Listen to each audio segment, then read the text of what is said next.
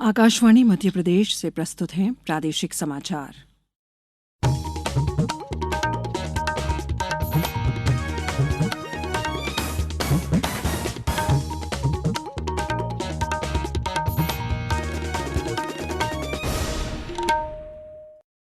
नमस्कार। समाचारों के साथ मैं शेख महजबीन अल्मास। सबसे पहले इस बुलेटिन के मुख्य समाचार। लोकसभा चुनाव के तीसरे चरण के लिए आज हुई नामांकन पत्रों की जांच। प्रत्याशी सोमवार तक ले सकेंगे नाम वापस। प्रदेश में लोकसभा निर्वाचन में 100% मतदान के लिए संचालित की जा रही मतदाता जागरूकता गतिविधियां। देश अपनी आपराधिक न्याय प्रणाली में महत्वपूर्ण परिवर्तन करने के लिए तैयार, कहा प्रधान न्यायाधीश डॉक्टर DY चंद्रचूड़ ने। और अगले 24 घंटों में इंदौर, जबलपुर सहित 19 जिलों में बारिश की संभावना। अब समाचार विस्तार से। लोकसभा चुनाव के तीसरे चरण के लिए नामांकन पत्रों की जांच आज की गई। इस चरण में 10 राज्यों और 2 केंद्र शासित प्रदेशों में 94 संसदीय सीटों के लिए 7 मई को चुनाव होगा। प्रदेश में तीसरे चरण में कुल 144 अभ्यर्थियों द्वारा 223 नाम निर्देशन पत्र दाखिल किए गए। मुरैना, श्योपुर लोकसभा क्षेत्र से 18 प्रत्याशियों द्वारा जमा किए गए नामांकन की जांच के दौरान 2 प्रत्याशियों के नामांकन निरस्त हो गए हैं। वहीं जिला कांग्रेस अध्यक्ष मधुराज सिंह तोमर द्वारा जमा किया गया प्रतिष्ठानीय प्रत्याशी के रूप में नामांकन भी निरस्त कर दिया गया है। अब चुनावी मैदान में 16 प्रत्याशी शेष हैं।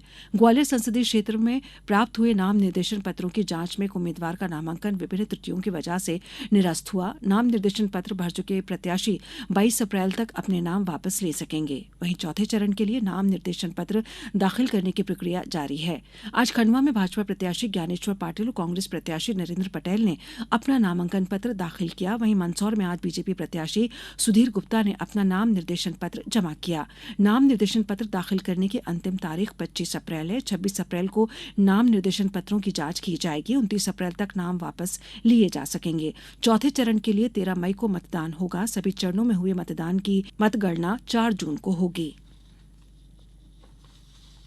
प्रदेश में लोकसभा निर्वाचन में 100% मतदान के लिए मतदाता जागरूकता गतिविधियां संचालित की जा रही हैं। स्वीप गतिविधियों के माध्यम से मतदाताओं को मतदान के लिए प्रेरित किया जा रहा है। इसी क्रम में आज देवास जिले में मतदाता जागरूकता अभियान के तहत शासकीय उच्चतर माध्यमिक विद्यालय बरोठा के शिक्षक शिक्षिकाओं ने वाहन रैली निकालकर मतदाता जागरूकता का संदेश दिया तथा सभी से लोकसभा निर्वाचन में मतदान करने की अपील की।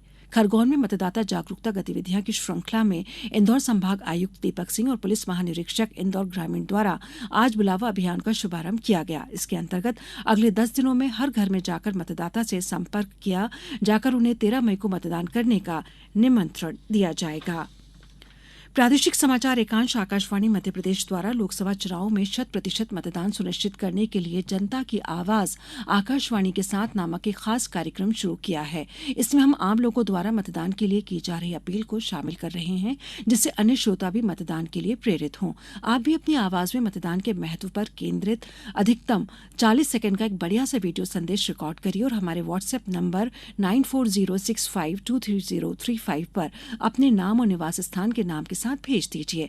हम आपके संदेशों को प्रतिदिन समाचारों के साथ प्रसारित करेंगे। और हाँ, आप भी मतदान अवश्य करिए। आइए अब सुनते हैं बालाघाट जिले के निरंजन दीक्षित का ये संदेश। मैं निरंजन दीक्षित बालाघाट से। अगर आपको लगता है कि आपने जीवन में अपने देश के लिए कभी कुछ नहीं किया और मन में कुछ करने की इच्छा है, तो अभी भी वक्त है। उठिए, मतदान कीजिए। आपके मतदान से देश का, देशवासियों का, सबका भला होने वाला है। हम तो मतदान कर आए हैं, आप भी कीजिए। अब समाचारों में वक्त है एक ब्रेक का।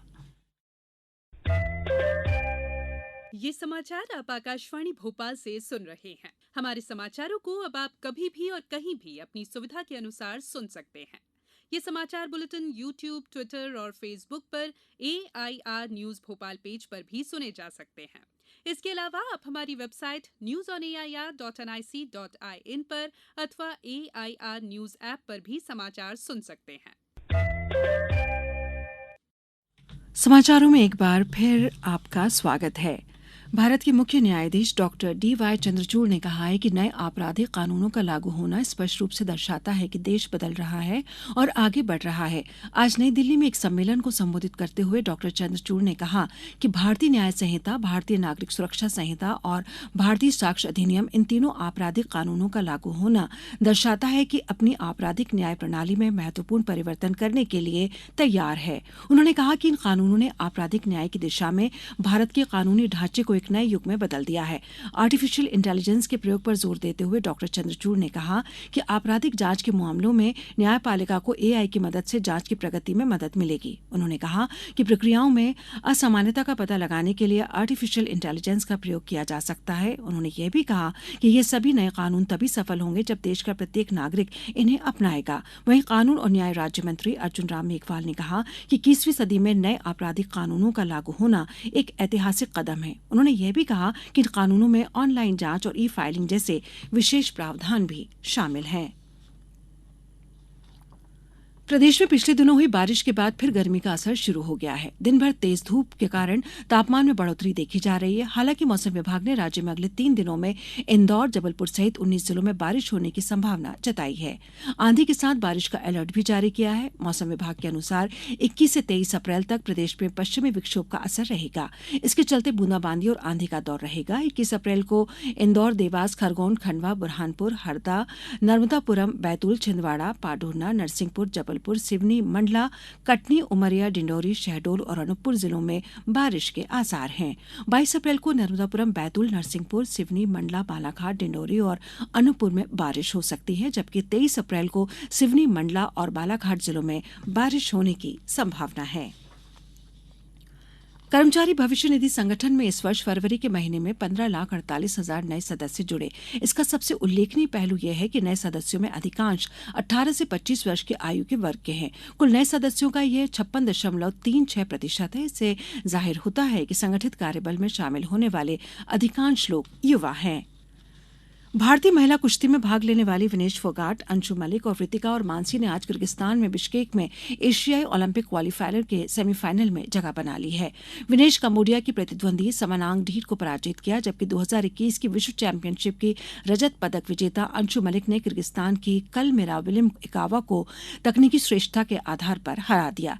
23 वर्ष से कम आयु की विश्व चैंपियन वृतिका ने चीन की अपनी प्रतिद्वंदी जुवान वांग को पराजित किया। उधर मानसी ने किर्गिस्तान की इरिना कुजनेत्सोवा को हराया। अब कुछ समाचार संक्षेप में। लोकसभा निर्वाचन के अंतर्गत भारत निर्वाचन आयोग द्वारा संसदीय क्षेत्र गुना की विधानसभा गुना बमोरी के लिए बी सुनील कुमार को व्यय प्रेक्षक के रूप में नियुक्त किया गया है। लोकसभा चुनाव की ड्यूटी कर लौट रहे जवानों की बस आज तड़के बैतूल जिले की खाई में गिर गई। इस दुर्घटना में बस में सवार 40 जवानों में से 21 घायल हो गए, जिनमें 9 को जिला चिकित्सालय में भर्ती कराया गया है। भारत निर्वाचन आयोग द्वारा लोकसभा निर्वाचन में संसदीय क्षेत्र विदिशा के लिए नियुक्त व्यय प्रेक्षक मेहुल भारत जैन ने खातेगांव विधानसभा में निरीक्षण किया। विश्व स्वास्थ्य संगठन के द्वारा मेरा स्वास्थ्य मेरा अधिकार थीम पर 7 से 21 अप्रैल तक मनाए जा रहे कार्यक्रमों की कड़ी में आगरमालवा स्थित शासकीय नेहरू महाविद्यालय में कल स्वास्थ्य शिविर आयोजित किया गया। लोकसभा निर्वाचन अंतर्गत शिवपुरी जिले में मतदान दलों में शामिल कर्मचारियों का प्रशिक्षण 27 से 29 अप्रैल तक आयोजित किया जाएगा। सीएम हेल्पलाइन के प्रकरणों के निराकरण की ताजा जारी प्रदेश स्तरीय रैंकिंग में सीहोर जिला इस माह में प्रदेश में पहले स्थान पर आया है। धार जिले में आज दोपहर इंदौर अहमदाबाद राष्ट्रीय राजमार्ग पर एक यात्री बस दुर्घटनाग्रस्त होने से एक यात्री की मौत हो गई, वहीं 31 अन्य यात्री घायल हो गए। अंत में मुख्य समाचार एक बार फिर। लोकसभा चुनाव के तीसरे चरण के लिए आज हुई नामांकन पत्रों की जांच। प्रत्याशी सोमवार तक ले सकेंगे नाम वापस।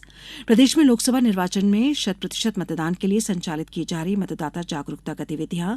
देश अपनी आपराधिक न्याय प्रणाली में महत्वपूर्ण परिवर्तन करने के लिए तैयार, कहा प्रधान न्यायाधीश डॉक्टर DY चंद्रचूड़ ने। और अगले 24 घंटों में इंदौर, जबलपुर सहित 19 जिलों में बारिश की संभावना। इस बुलेटिन में बस इतना ही। नमस्कार।